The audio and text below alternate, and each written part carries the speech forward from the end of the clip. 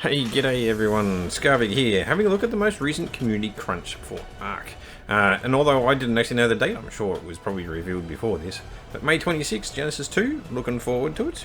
A bit over a month now, and we'll basically get to see what Genesis 2 has to offer. And on there, they actually have some high resolution images that you can basically have a look at.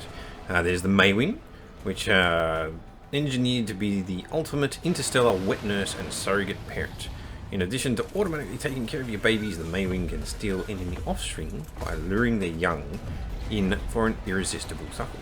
So there's an interesting thing there in the fact that it can actually nurse the young.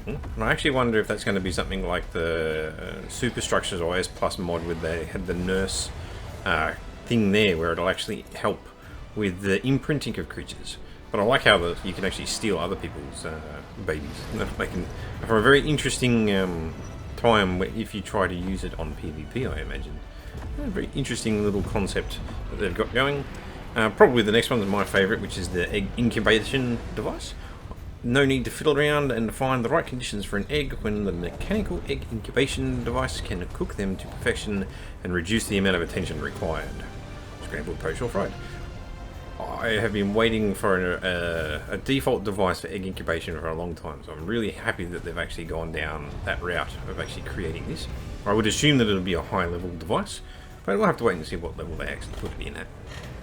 And lastly, and a lot of people have been tongue-in-cheek basically calling this Titanfall, is the exosuit. And so with the deployment of the exosuit, you will be able to change the tide of battle, enjoy an aerial view, or manage your base to perfection with ease. But only after you pass the ultimate test.